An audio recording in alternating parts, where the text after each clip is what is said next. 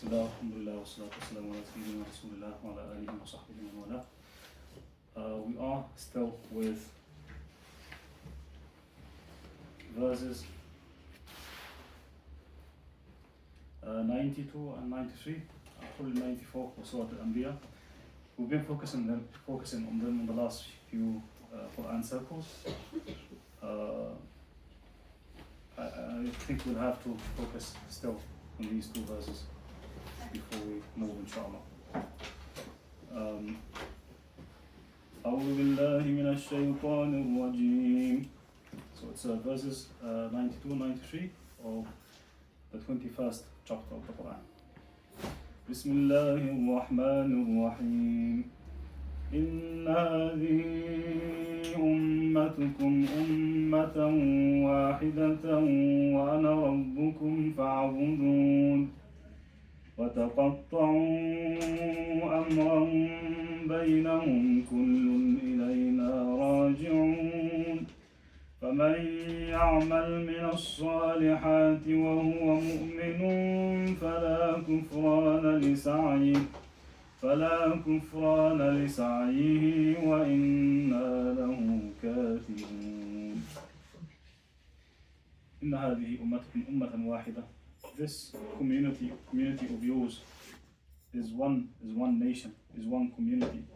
And this verse comes at the end of a detailed discussion on earlier prophets, literally 19 prophets that have been mentioned before this verse. وَأَنَا رَبُّكُمْ فَاعْبُدُونَ, and I am your Lord, so worship me alone. وَتَقَطَّعُوا أَمْرَهُمْ بَيْنَهُمْ كُلٌّ إِلَيْنَا رَاجِعُونَ. But they ended up dividing themselves. But they will all come back to us. فَمَنْ يَعْمَلْ مِنَ الصَّالِحَاتِ وَهُوَ مُؤْمِنٌ فَلَا كُفْرَانَ لِسَعْيِهِ. So whoever does good, believing in Allah, obviously, فَلَا كُفْرَانَ لِسَعْيِهِ, his efforts or the efforts won't go to waste. وَإِنَّا لَهُ كَاتِبُونَ, and everything is recorded. We write down literally everything. Last week's discussion was on the concept of unity, how the Quran promotes unity. But in the very same time, even though the surah talks about unity, it also shows us how diverse these communities of faith were. We've seen 19 communities. The community that Prophet Ibrahim had, the community that Musa had, and all these prophets. Last week's discussion again was on how do we maintain this relationship between unity and diversity, unity in diversity. I did feel that the discussion last week was somehow abstract. And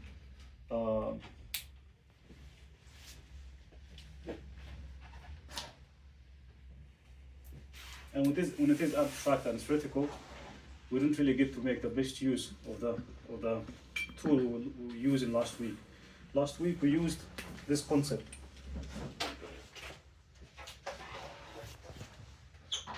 Polarity map.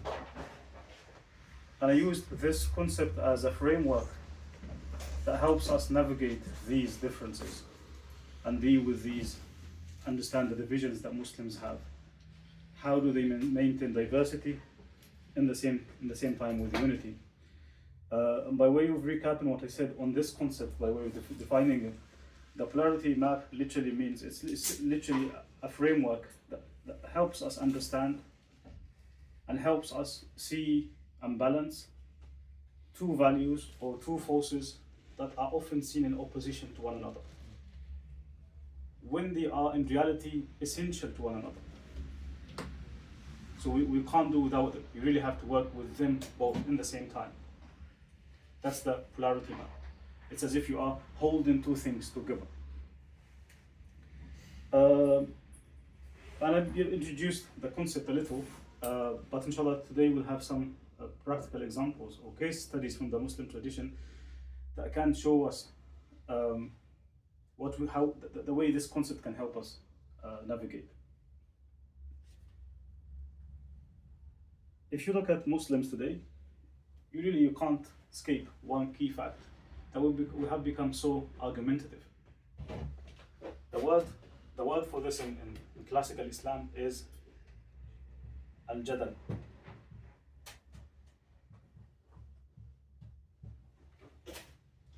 Well, really easy to, argue.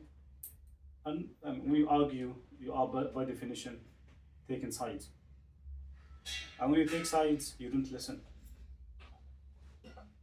That's literally one of the key characteristics of Muslims today, not just in terms of intellectual stuff, but it becomes so clear on intellectual matters, stuff to do with theology to begin with, what's the nature of God, etc., etc. How do you understand the nature of evil, whether there is hope in the world or not.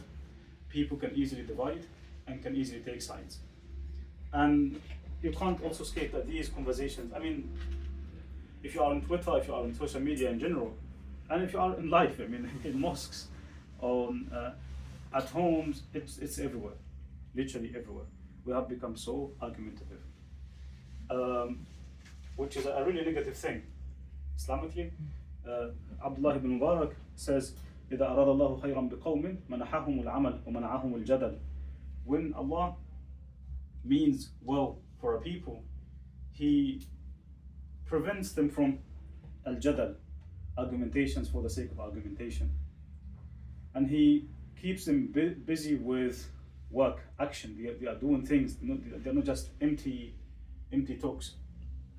وإذا أراد الله شرا بقوم منحهم الجدل ومنعهم العمل. The opposite of al-jadal is literally al-amal. Someone who's taking action and working, actually busy working, busy doing something. So not just empty talks. So it's just when Allah means well for a people, He gives them, makes them people of action, not people of empty words. And it's the opposite. So that takes us again to one of the key characteristics of the Muslim world at large, across the whole world today. Al-jadal has become a really massive thing, arguing. And the thing is, we see a lot of people that argue in other traditions, in other cultures. But there is something that is so specific about how Muslims do it. It's always very tense. Because everyone thinks I'm defending the truth in the name of Allah. So it becomes so tense. It's also very personal. Faith means a lot to us, and it's only natural that we, this is my identity, this is my belief, I'm defending it. And it's always about side taking. I need to take sides.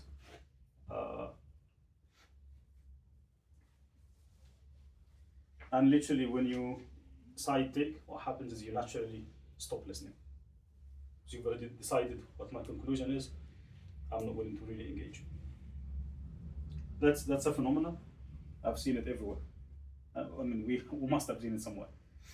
And it comes across in various shapes and various ways.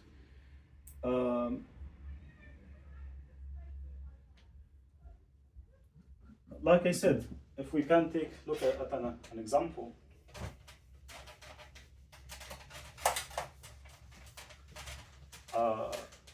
perhaps from my own background, the question of the nature of God has always been there.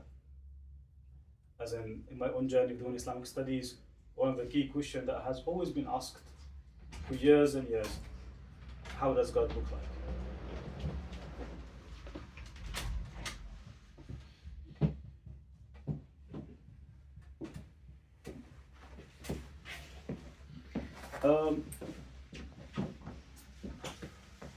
One thing everyone emphasizes, the Quran emphasizes, and everyone takes this as a given, that Allah ليس كمثله شيء. Allah is unlike anything. Everyone would agree on this, right? But as it says, the devil is always in the details. How do you understand this?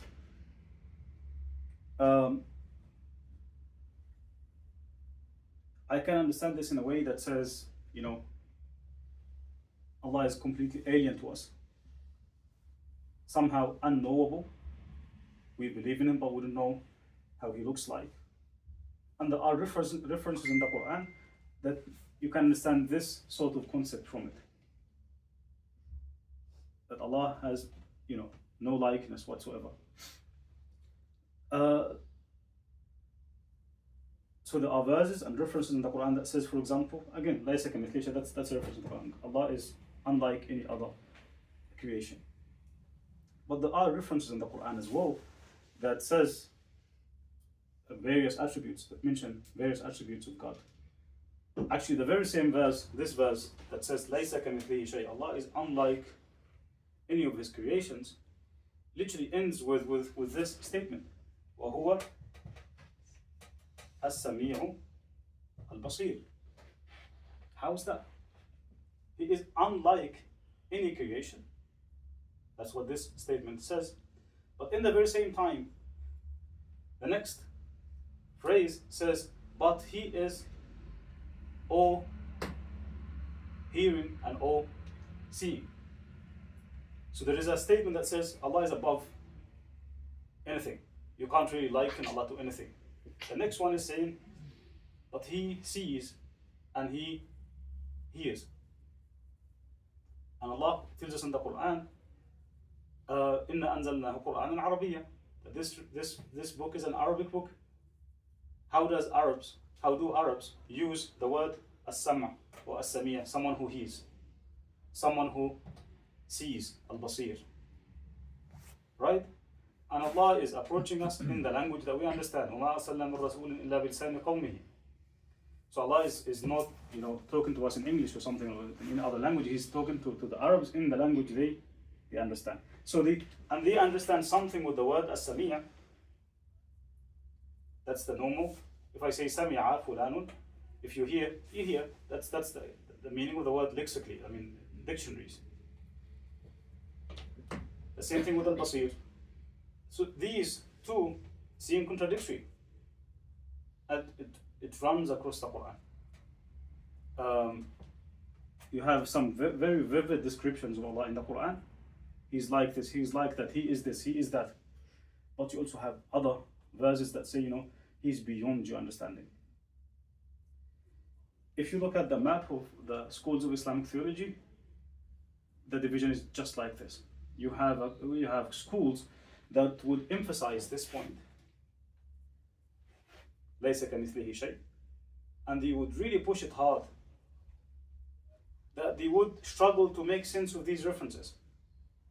See, these, we have to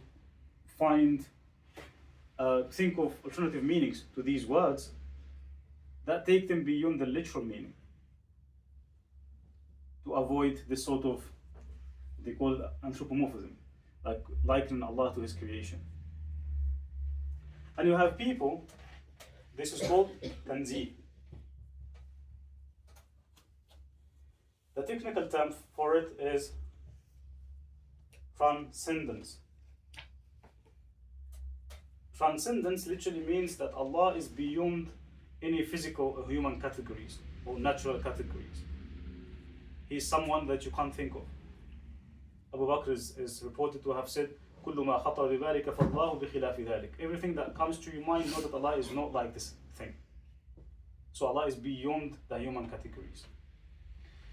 So this is called radical tanzih, radical transcendence. The opposite of transcendence is called, this is tanzih, this is called tashbih. The technical term for it is the field of anthropology. You know what anthropology is? What is it? Study of society. Huh? Study of society. Study of society? Study of the evolution of society? No. Study of humans? Study of humans. Yes, exactly. Anthro is the word for insan in Greek. So it's literally as if you are, the anthropomorphism comes from this. God can be likened to humans because of these references. He sees, Allah hears. So what happens is you end up with this tashbih. So we have two major ways of thinking about Allah in the Islamic tradition. Quite different as well. One that pushes and emphasizes tanzih, Allah is far above whatever you may think of. And there are references in the Quran that speak of Allah in this way. But you also have references, وَهُوَ السَّمِيعُ وَالْبَصِيرُ, tashbih. He's like this, he's like that, he has hearing, he has seeing. And you can't tell me, he has seeing, but it's not like our seeing. He has hearing, but it's not like our hearing. The Quran does not say that, by the way. The Quran said he is a Sami', and linguistically, as an Arab, I understand something with the word Sami' that he hears. How does he hear? That's the question. How do I interpret this? How do I make sense of this? That's where it gets tricky. So everyone here, what happens? I mean, these are very vivid conversations today.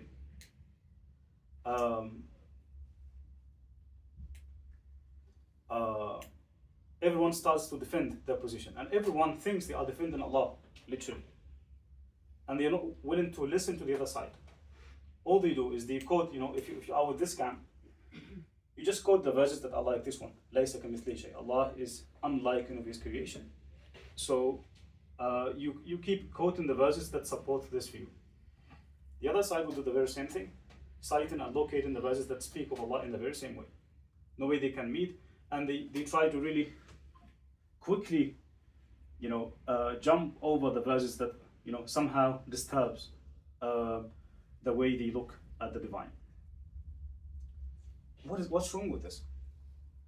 With this approach? This approach, today when we look at development, human development studies, etc., etc., you have the concept of problem solving, which is a skill. You can now study problem. You have problem solving specialists today. So it's not an easy thing today. So it's a very important skill. How do I go about a problem? How do I sort it out? Right?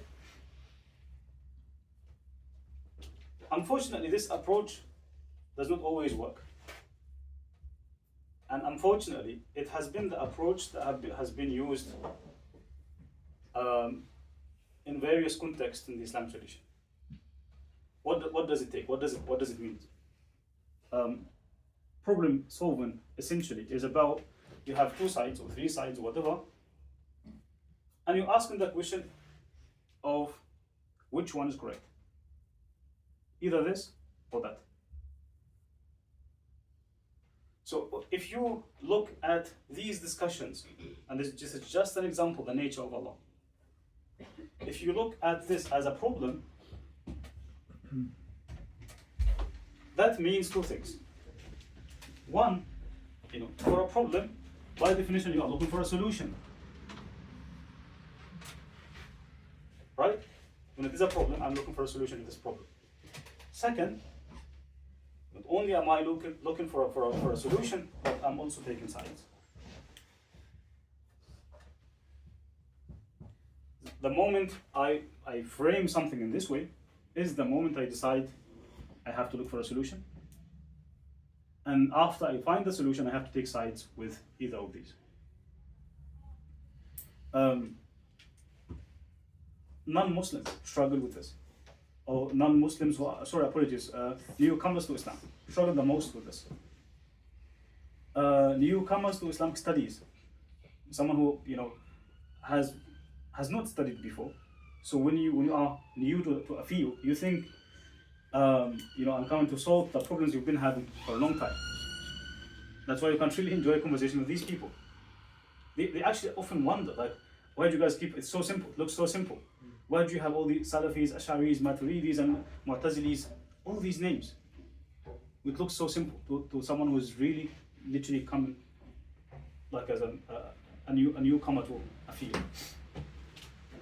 And again, it's not just about finding a solution, but also taking sides, which creates a massive space for division, no diversity. It creates a massive space for division.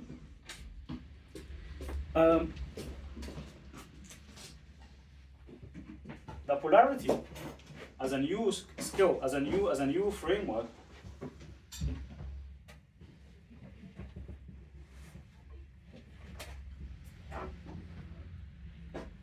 like I said, the polarity says, first of all, it's not a problem.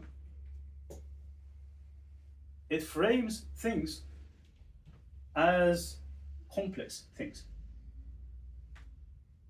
Not as a problem, as something that is complex. Why? Because I have two forces, two big values that I appreciate, and I don't know what to do with these two values. If I maintain this one goes down. If I emphasize this one gets compromised. So with polarity, you're not looking for solutions, you're looking for balance. How do I balance these two forces? How do I balance these two values? Here, I trust the Quran, I value the Quran. Why should I emphasize these verses, this type of verses that says Allah is not like any of His creation, at the expense of the verses that say He has hearing and He has seeing, etc., etc.? It means literally I'm cherry picking. I'm picking the verses that suit my image of God. As simple as that. When I am meant to make sense of this, if Allah speaks to me in this way, I need to make sense of the way He speaks to me. If He's telling me there are things that may look like humans, but in the very same time He's far above humans, and it means that I can't pick and choose. I can't say He's actually divine and has to be far above humans, and that's it. And everything else needs to be read in the light of this, or vice versa. That's dealing with it as a problem. The polarity deals with it as something that is complex, and I'm trying to balance these. And as much as you can balance, you're really following the track of the Quran. Why does Allah not speak to us in a more, direct way? He says, I'm 1, 2, 3. It's literally because this is ABC Allah. Allah comes from the word, according to the vast majority of linguists, from the word waliha. And waliha means to bewilder, to perplex. That's why he's God. You can't fully comprehend God. Right? That's His name. His name is the one who bewilders others. Do you expect your tiny mind to capture someone whose name carries the name of the bewildering one, the bewilderer, if you like? That is Allah's name. Waliha. That's I don't want to complicate this even further. But waliha, literally, the origin of it comes from the one who bewilders everyone. So you can't claim that I can't fully comprehend Allah or fully grasp Him. It says, لا تدرك الأبصار وهو يدرك الأبصار ولا يحيطون به علما. And that's the literal words of the Quran. They can never fully comprehend Allah. So, is that clear? Let's see an example of this.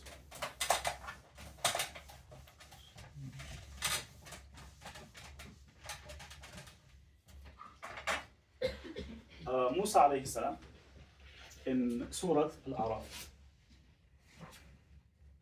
Anbyaa.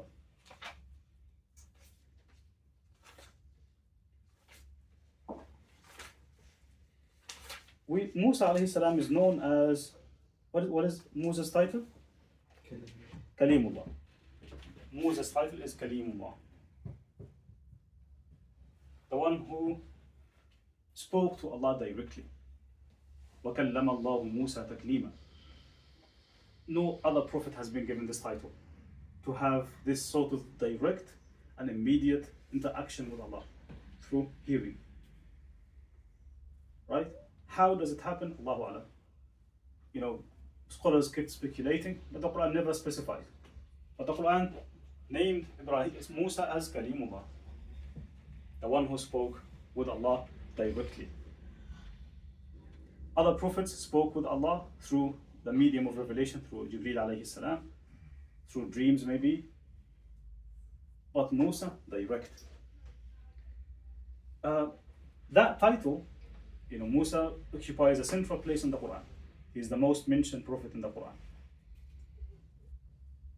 Given this very title, Musa alayhi salam thought, if I can talk to Allah, I can possibly see him as well. Right? Surat Al Anbyaa reports this. It says, وَلَمَّا جَاءَ مُوسَى لِمِيقَاتِنَا. When Musa came to meet us, to meet Allah, after they left Egypt and the exit from Egypt to Jerusalem, Musa left his people for 40 days, having this encounter with Allah, for an appointed time.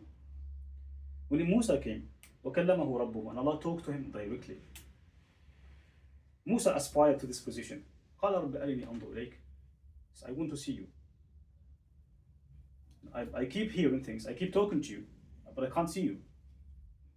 Which is the most logical step. After you've spoken to Allah, what comes next? I want to see you. Right? قَالَ رَبِّ أَرِنِي أَنْظُرْ إِلَيْكَ. I want to see you. Allah responds directly as well. قَالَ لَنْ تَرَانِي. He says, there is no way you can see me.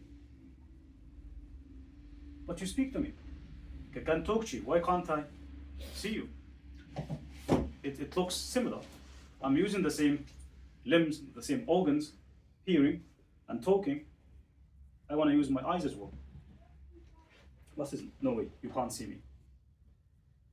And this, at this very verse, you have disagreements already. You have those who would say, Allah means you can't see me in this world, but in the hereafter you will. That's the Ash'ari school. And the other school would say, Allah said, Lan tarani, you can never see me. Not here, nor in the hereafter. Right? These are valid, deep disagreements in Islamic theology. The possibility of seeing Allah with our mere eyes. What happens in the hereafter, Allahu Alam. Are we going to be granted new organs, new categories with which we can experience Allah? Possibly. But the Quran never specified how this happens. قَالَ لَن تَرَانِي. But alternatively, وَلَكِنْ انظُرْ إِلَى الْجَبَلِ. But look at the mountain. فَإِنِ اسْتَقَرَّ مَكَانَهُ فَسَوْفَ تَرَانِي. If the mountain remained still and fixed as it is, you will get to see me. Then the verse says, فَلَمَّا تَجَلَّى رَبُّهُ لِلْجَبَلِ جَعَلَهُ دَكًّا. When Allah subhanahu wa ta'ala revealed himself to the mountain collapsed. And Musa, he falls unconscious. فَلَمَّا تَجَلَّى رَبُّهُ لِلْجَبَلِ جَعَلَهُ دَكًّا وَخَرَّ مُوسَى صَعِقًا. So the mountain collapses, Musa falls unconscious. فَلَمَّا أَفَاقَ. When Musa came back to his senses, قال سبحانك, Allah, you are far above my human perception. تُبْتُ إِلَيْكَ, and I repent of what I asked for. وَأَنَا أَوَّلُ الْمُسْلِمِينَ. I'm the first one to believe and submit. What is happening here? Is Musa alayhi salam is holding, Allah is telling us that Musa is holding two different truths here. Allah speaks to us directly and engages with us. And He tells us in the Quran that He is closer to us. وَنَحْنُ أَقْرَبُ إِلَيْهِ مِنْ حَبْلِ الْوَرِيدِ. He is closer to us than our jugular vein, like it's the closest thing to you. Right? How do you understand this? It's how close Allah is. And at the very same time He says, no, you can't see me. I'm beyond your human comprehension. Can I say, I really want to focus more on the fact that Musa was Kalimullah, and henceforth I can envision Allah in human categories, etc., etc. That means you're missing the other half of the story. That is, Allah telling Musa, you can't. That's beyond you. There are things that I can reveal myself to you through, but there are other things that you really can't comprehend.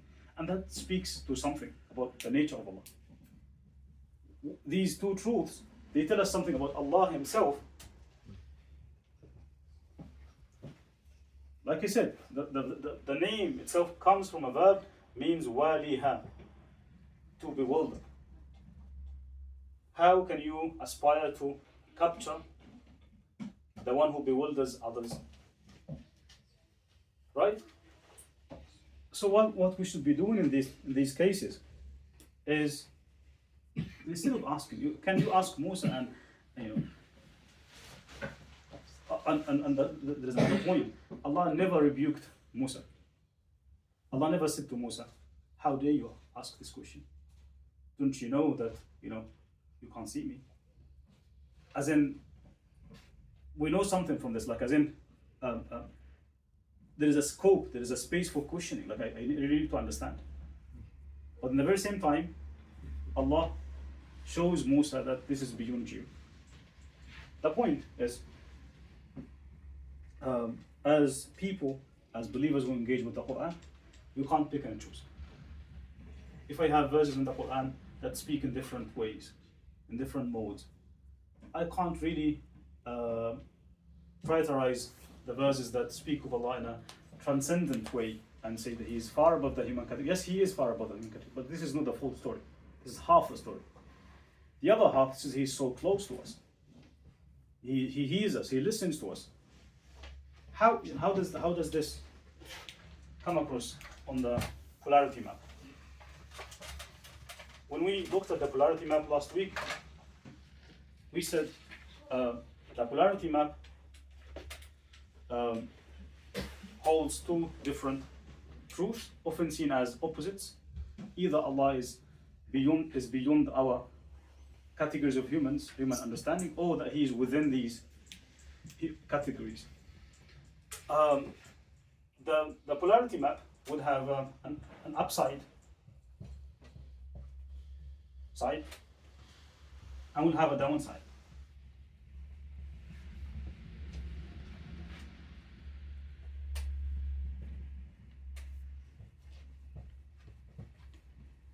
So we have here, we call it transcendence.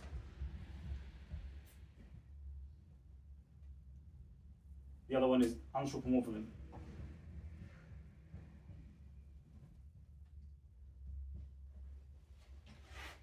So I'm simplifying that. It's funny.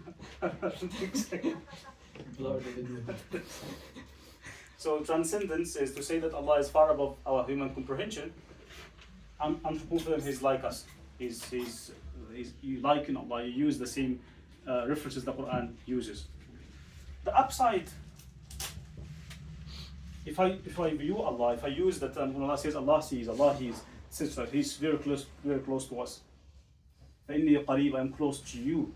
What's the upside of this? When Allah tells me I'm very close to you, what happens? How do I feel? Personal God. Personal God, brilliant. What else? It's comforting. Comforting. You can relate. Relate, brilliant.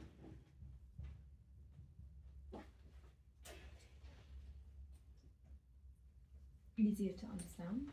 Easier to understand.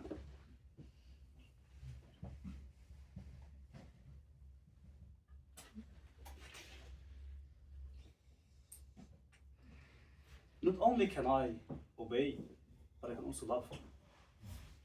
When if he's so close, I can love him. If he's not, I can just obey. I cannot. I mean, that's what person. Half is a person. Yes, person means I can love. I can relate. I mean, I can also relate. So close. I find him. I find comfort in him. All these are upsides to this. But also, this way of comprehending Allah has downsides to it. What other downsides? Okay, what can you think of? What risks? Huh? Oversimplifying it. Oversimplifying it. Brilliant. Oversimplifying Allah. What else? Limiting.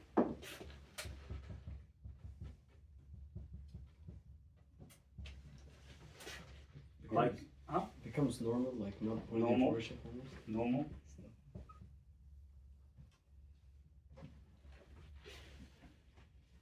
Yeah. What else?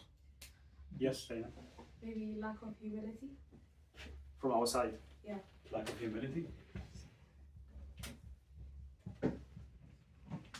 Good. To distort Allah to fit our human conceptions. shrink it, maybe.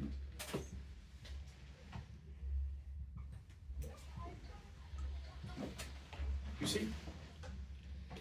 That's just one arguable power as well. arguable. Yeah, arguable in terms of power. I see. Interesting. Arguable power. Brilliant. Brilliant. So you have one concept that has upsides to it and downsides. So let's look at the transcendence. Allah is far above. What does that mean? What does that, the upside, what are the upsides of this? What are the gains of this, of having a God that is so transcendent, so above us? Control, power. Control. Power. Humbling for us. Is it? Humbling.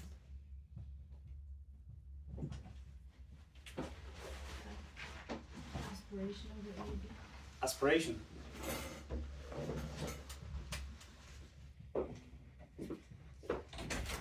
All encompassing.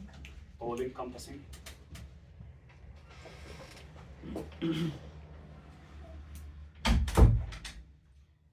Forces more obedience. Forces more obedience. Brilliant. Great. What are the downsides of having a God that is far above us?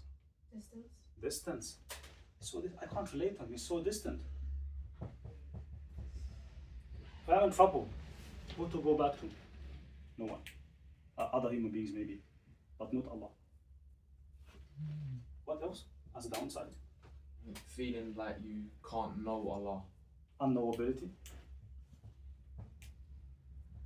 Exactly the opposite attributes of the upside of the. Yes, absolutely. Absolutely. Also, abstracting Allah. What can I know about him? It's just a concept. Nothing more, nothing less. Right? And I think we can definitely develop other things, upsides and downsides. What the Quran does, and especially in this passage, the Quran is doing both. It's taking the upsides of both.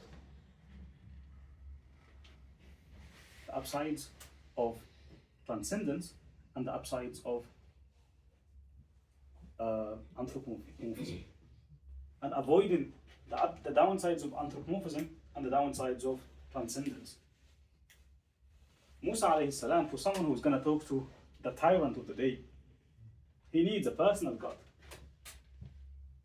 I can lean on. And you're fighting Fir'aun on his own ground. And you're nobody, literally. Would I need a distant God? I need someone I can talk to directly. Because the hefty message that awaits me.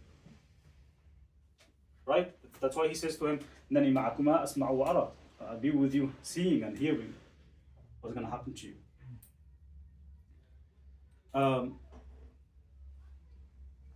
Musa now has been saved from Egypt, from Fir'aun in Egypt, etc., etc. He thought, I can deepen this sort of anthropomorphic way, maybe, of encountering Allah. Allah says, no, I am beyond that. So he says, you can't do that.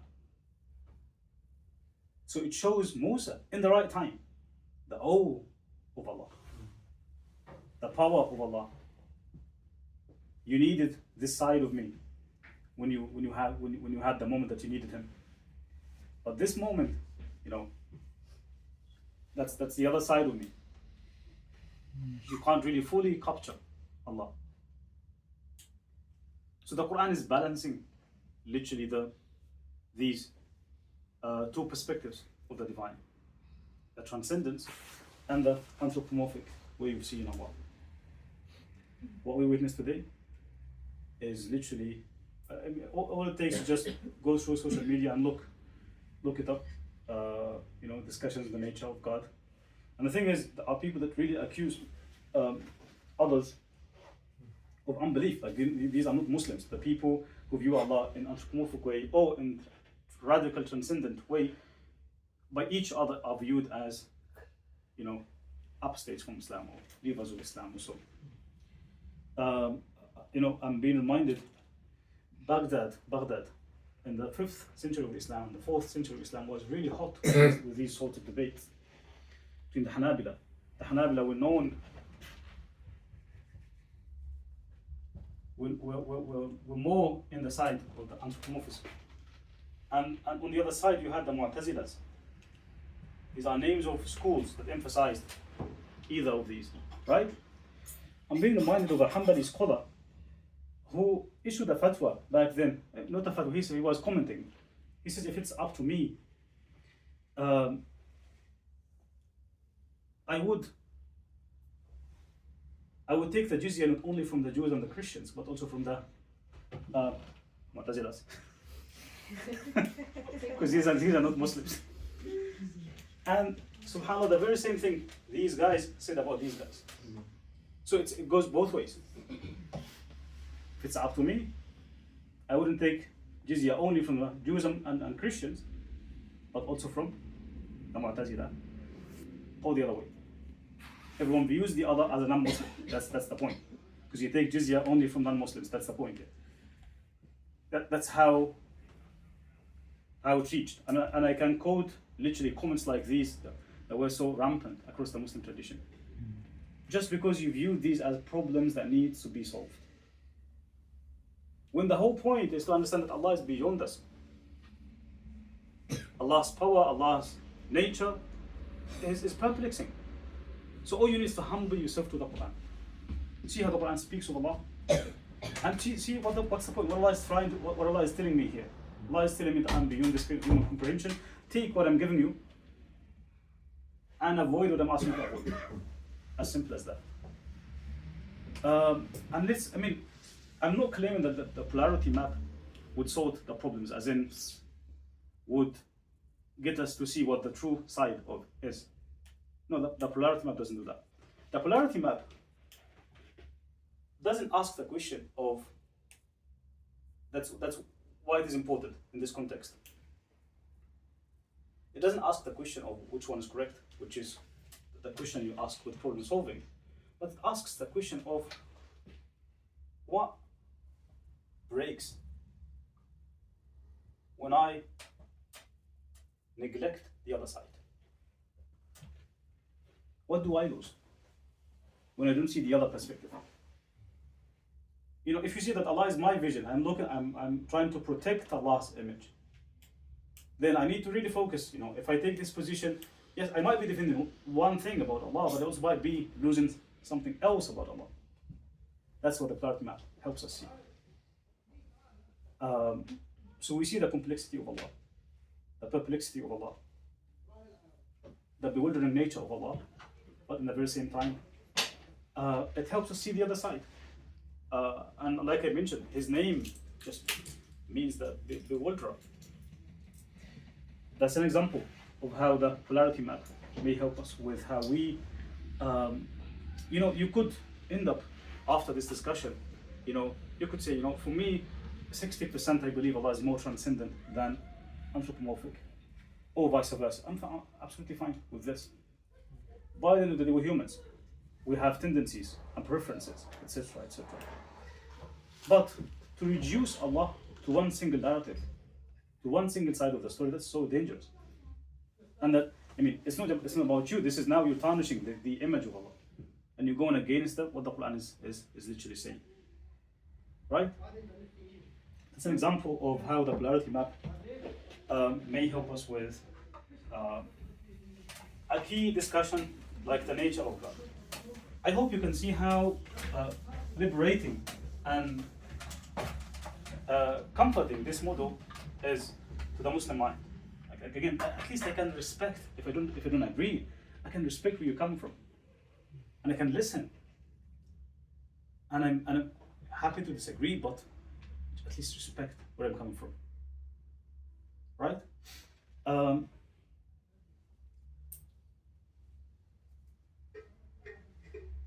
We have only 15 minutes. I'll try and take another example very quickly, inshallah.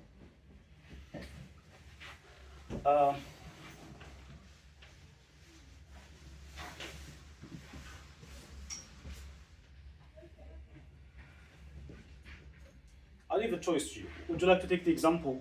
I can think of al-qada wal-qadar. How we understand al-qada wal-qadar. Like I can also do how we understand texts, whether to understand them literally or metaphorically. Do you have a preference? Text. So majority is qadar. Okay.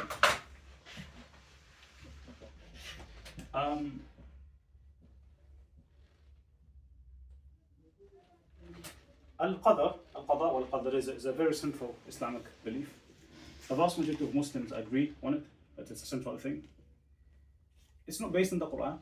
It's based, I mean when the Quran speaks of the articles of faith, talks about belief in Allah, belief in the angels, books, prophets. It doesn't mention al-qada wal-qadar, but it's scattered across the Quran, something you can really see. And it's more categorical in hadith, in Bukhari and Muslim. So it's a big thing to Muslims, Sunni Muslims to be more particular.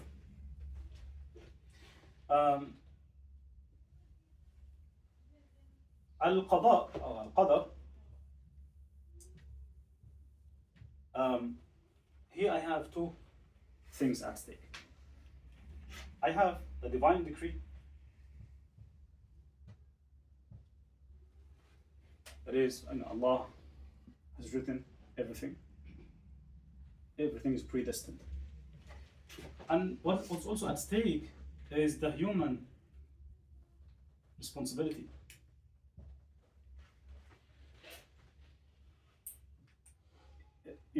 These are often seen as two opposites. Either Allah has written everything. That's taken as the known as the Qadariyya in early Islam. That's a name of a group, by the way. And this group was named after this question because it was so central. Their position on it was so radical that they believed everything is written, I can't do nothing. I can do nothing. The other track focused more on the human responsibility. They thought, if everything is decreed, why am I being tasked with things? Why am I being accountable on the day of judgment if Allah has decreed everything? Right? So here we have two things in the Quran that are so central.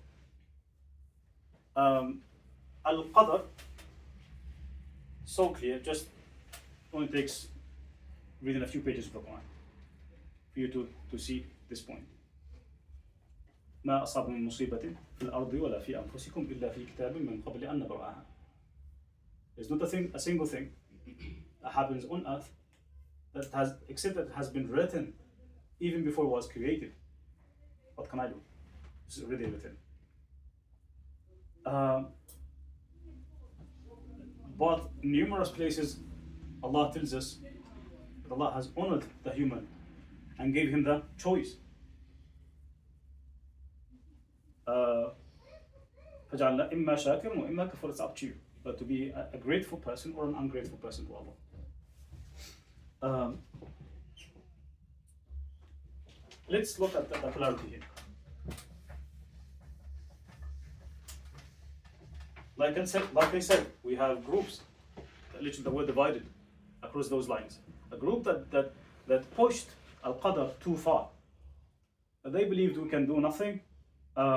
It's all written. Nothing I can do.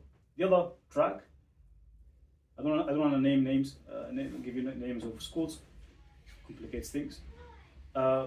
Views the other opposite, the other position. Polarity map, the same thing, upsides, downsides.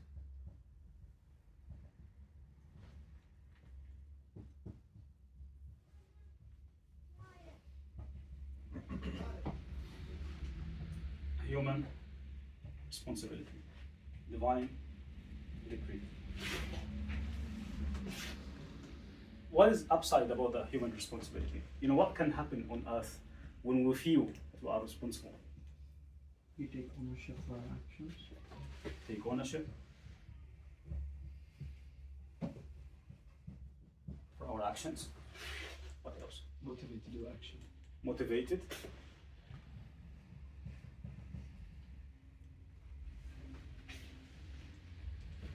You try hard and you try your best to do good. Trying hard, doing your best.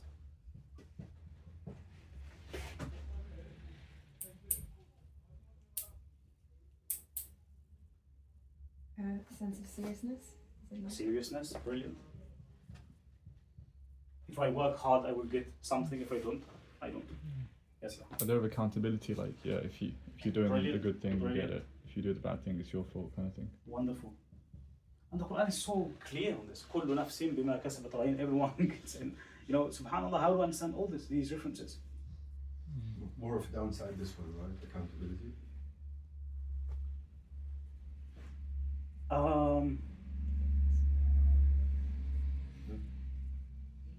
I think that can have its own polarity now.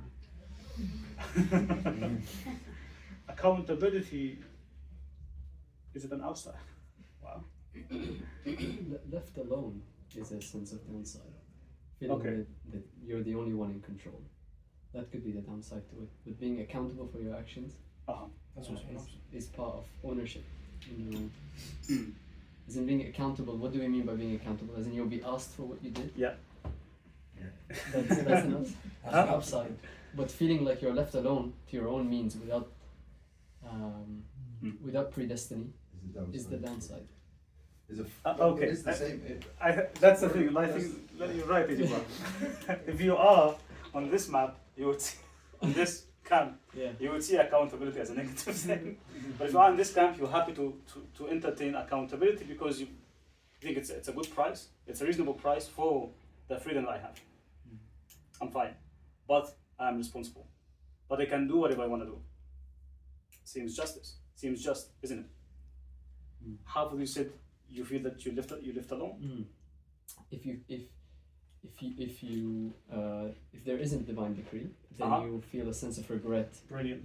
very deep sense of regret and fear for what's coming up. So this is an upside or a Downside. downside. Sorry, you're feeling Oh, regret. sorry. Like a regret that like makes you trip over yourself. Have we moved to the downside? No, then? sorry, I just Okay. So any other upsides to having this sense view of the freedom. world? I think you mentioned Sense of freedom, absolutely. Love as well. I can love Allah because I have the choice. Right? Sincerity. Okay, what are the downsides? Pride. Pride. Great. When things go well, pride, and when things don't, like Depression. regret. Or something. Depression is more, I would be pessimistic. Like if something that doesn't go my way, I become distressed and depressed, etc., etc. If it goes my way, I become prideful. I become You carry the full burden of your yes. decision. That's definitely a negative Yeah. one. What else? I think being too focused on the outcome, like if it doesn't go how you planned it, then you feel like you failed. Okay, But, you know, perhaps that you was- become mechanical Yeah. in a sense. Like as in, I have these specific targets to get, Yeah. but I like don't really engage. I don't really live. Yeah. the Like you experience forget. itself. You might think that your plan Yeah. is better than Allah's plan. Yeah. Forgetting that Allah's plan is better than your plan. What else?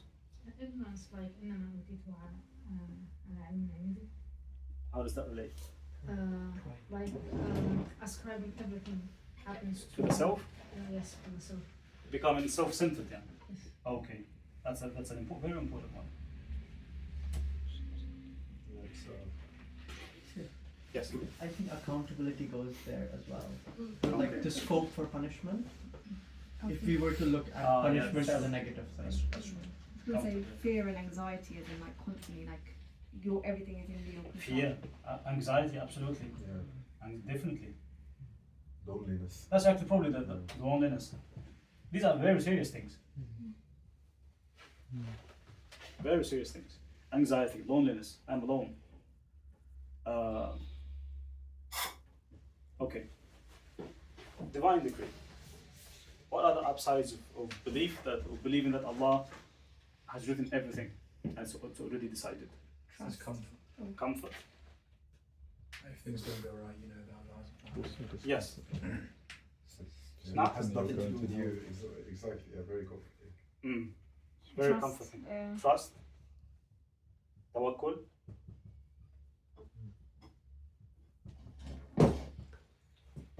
Focusing on the input, I think. Focusing on the input.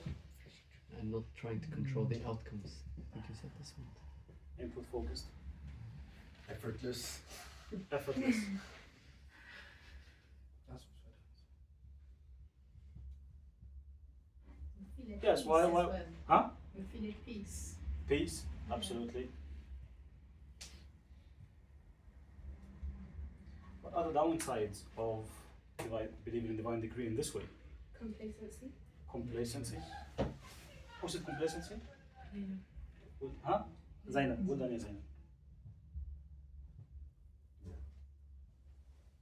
No accountability.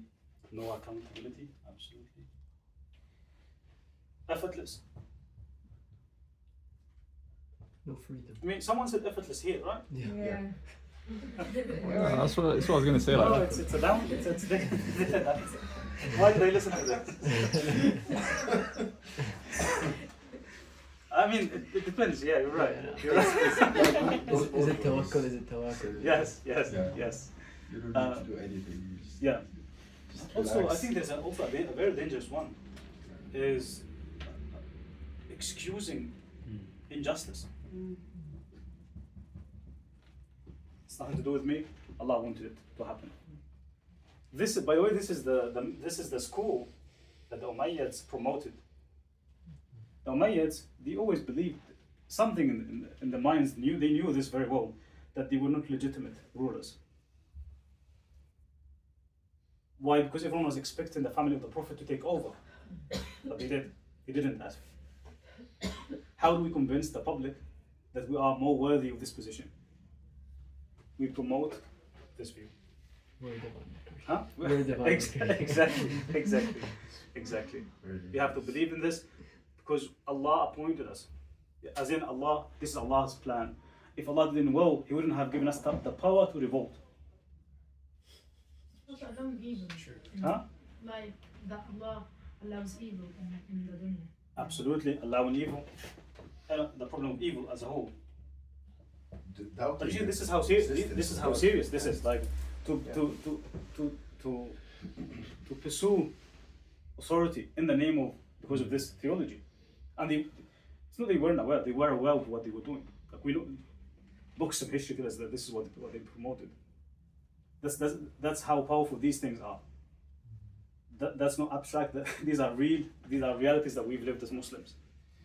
I think Napoleon, it's said that he also used a similar thing. Absolutely. Absolutely. Absolutely. That's the very same thing when Bonaparte, the French colonizer, when he came to Egypt, he said, why don't I use this already existing belief in Al-Qadr to help me rule these people? If the Umayyads did it in the past, that's 19th century Egypt. Why can't I do it today? And he made a good case for them. So many people believed in that, by the way. We are told that he actually used to attend, mawlids and participate in these. Honestly, that's not too far from us. So I am Allah's decree. You have to listen.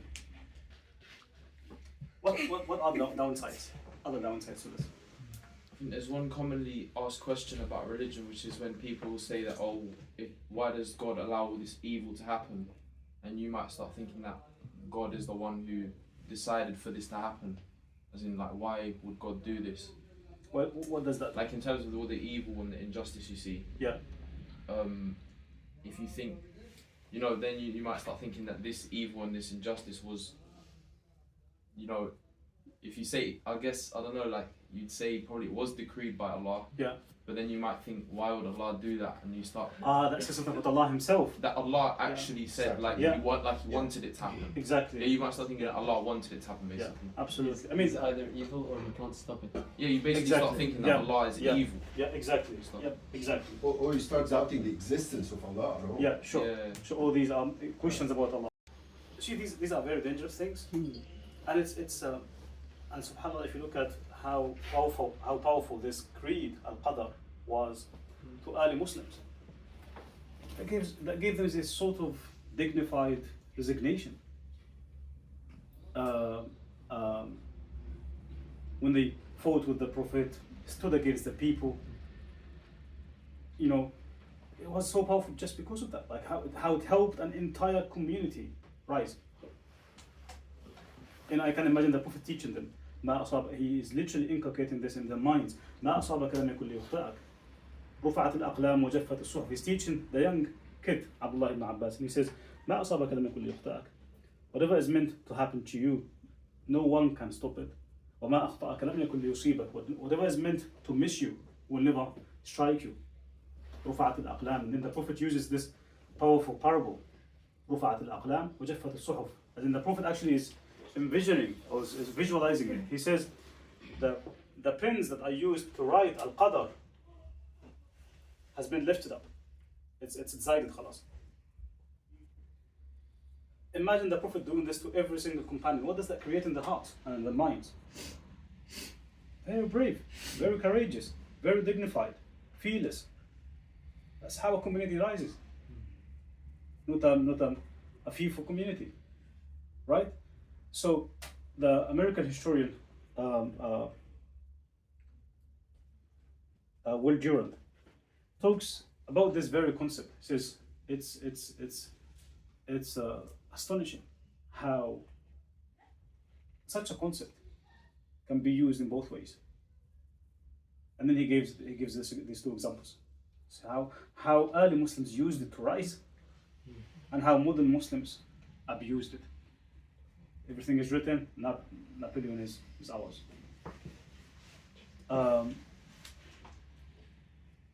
Again, that shows how complex the whole thing is.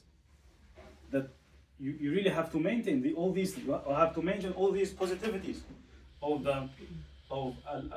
human responsibility, and you have to maintain the upsides of the divine decree and avoid the downsides of each. So that's how the Quran approaches this question. It's you to blame when you prioritize either of these. I don't want to be left alone. I want to have Allah with me. I want to be brave because of these concepts. But at the very same time, I want to be active. I want to take action. I want to be responsible. I want to be accountable as well. That's simply how the Prophet ﷺ taught it. In a very simple way. No philosophy, no abstraction.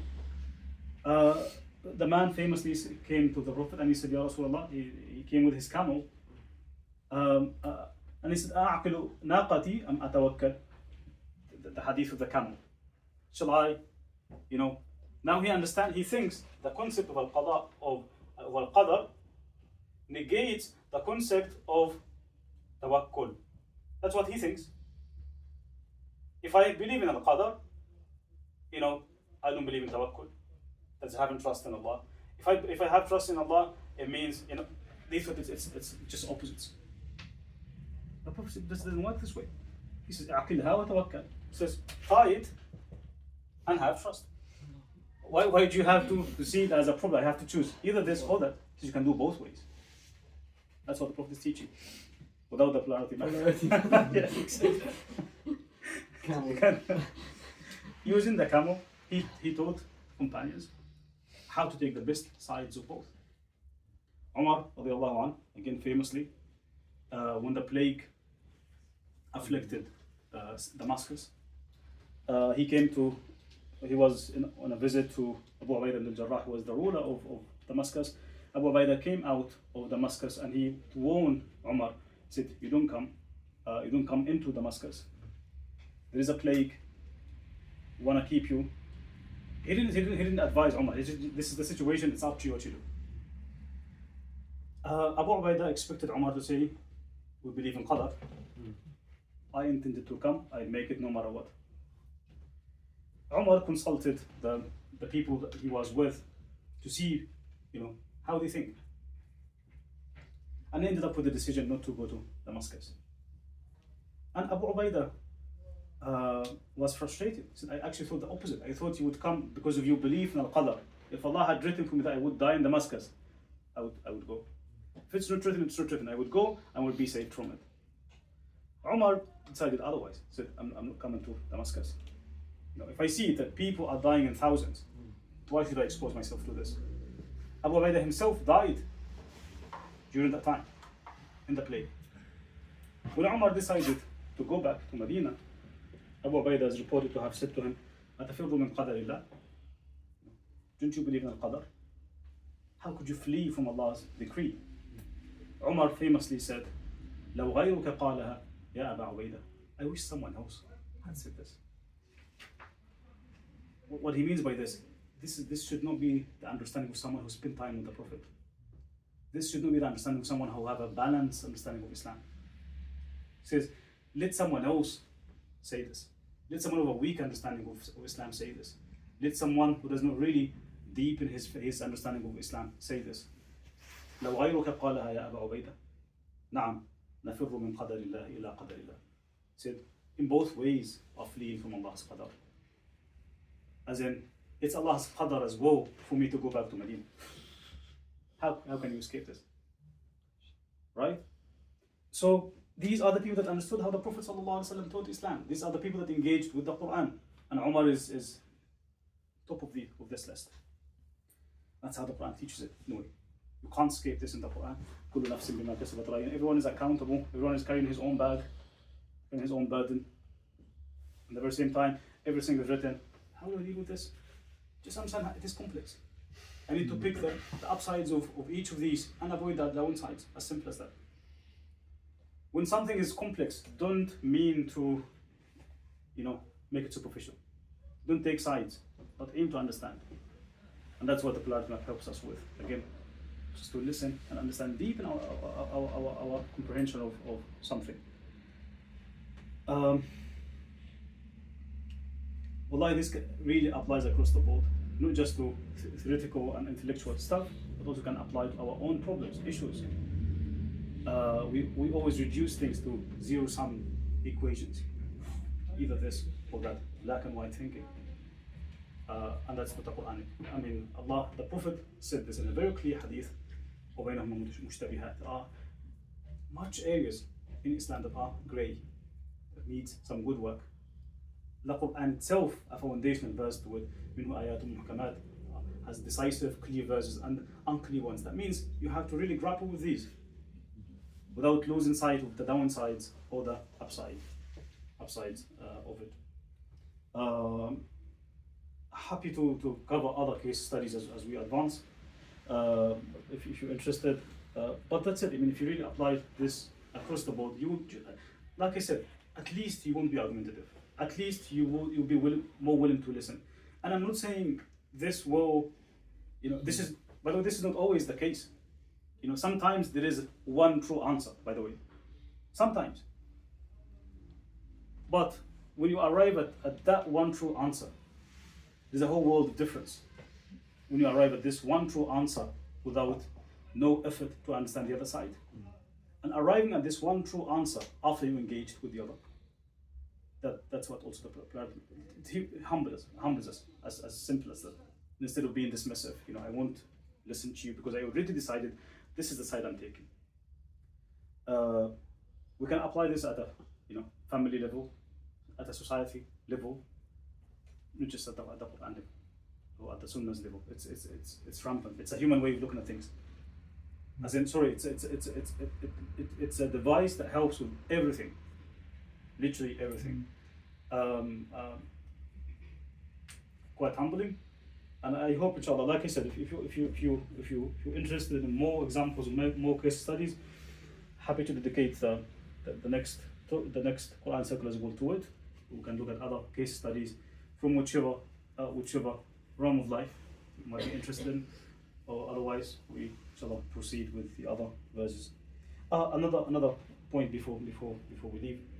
It also teaches us the concept of being pursuers of truth, not truth defenders.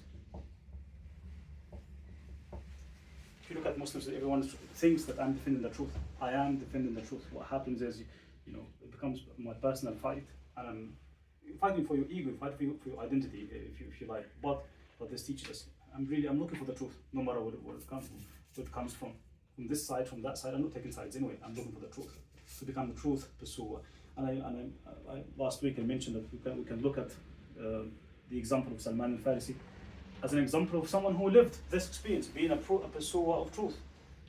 And the Prophet recognized him as a top class human being. As-Sabbaquna Arba'a. There are four people, there are four runners that have preceded other people or their own nations. فأنا سابق العرب. I am the first Arab to invite these people to Islam. وصهيب سابق الروم. And Suhaib was the first Roman to invite to come to Islam. وبلال سابق الحبشة. Bilal ibn Rabah was the first Abyssinian to come to Islam. وسلمان سابق فارس. And Salman was the forerunner of the Persians. So, and then he said when he was behind the idea of the trench in the battle of the trench, and everyone claimed him, because he wasn't a Muhajiri, he's not from the Muhajirun, he's not from the Ansar. Up to that moment, Salman was like an orphan. I have nobody, I have no relatives, nothing, right? After the idea was successful, everyone claimed him. The Muhajirun said that he's actually from us. He passed by Mecca when he was coming to Medina. The Ansar said no, he's actually from us. He's living with us. The Prophet said no. Salman minna Ahlul Bayt. Salman is from us. Ahlul Bayt, the family of the Prophet sallallahu alaihi wasallam. Salman was recognized for his wisdom and his hikmah. We see this across his life. For the Prophet to recognize him is a good lesson for us, that these things matter. That the hikmah he came up with, his journey of arriving at the truth is a good journey for us to learn from. I hope this helps, inshallah. That was at least more concrete than last week. Inshallah, we continue next week, inshallah. Assalamu alaikum. Wa sallallahu alaihi wa sallam.